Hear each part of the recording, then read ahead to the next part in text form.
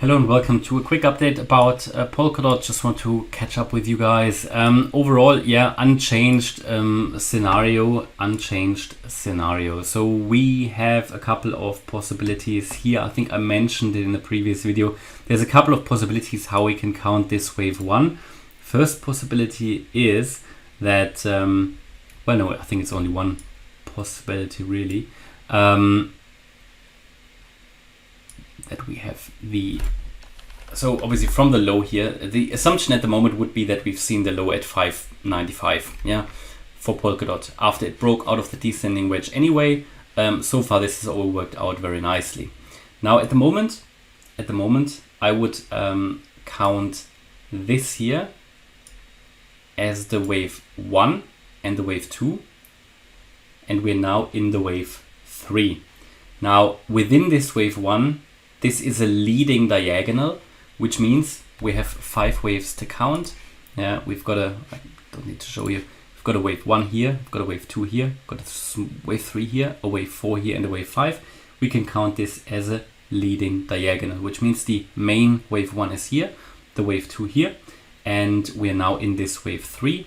We can calculate a target for the wave 3 as well. That might have moved because I can count it now as a leading diagonal. Target here would be around $12.80.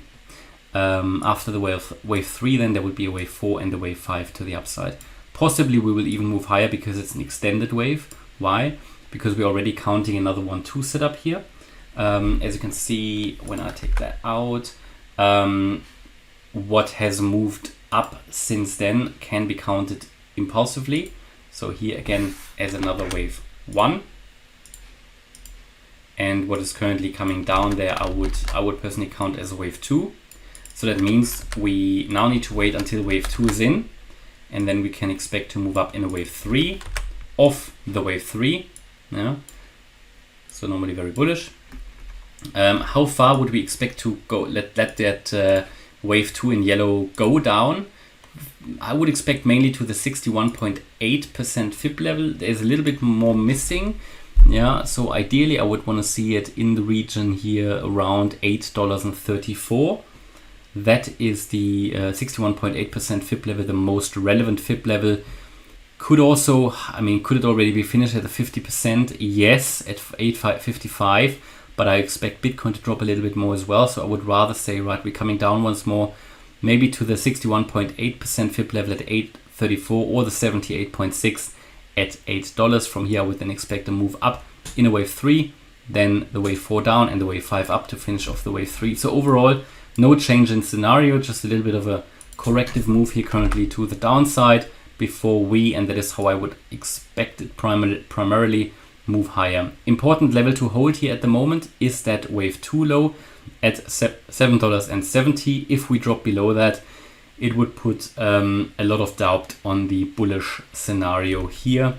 At the moment, I would give the bullish scenario to play out here a 60% probability, a little bit like Bitcoin. That means as long as we are still here in this yellow area, in this reversal area of the overall correction, as long as that is the case, I think there is still significant downside risk. We just have to be aware of that.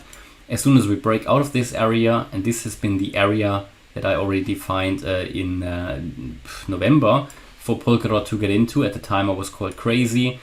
And this is the area out of which we need to break out again. And so far it's all working out nicely. Yeah, we are starting to turn around, we're moving higher.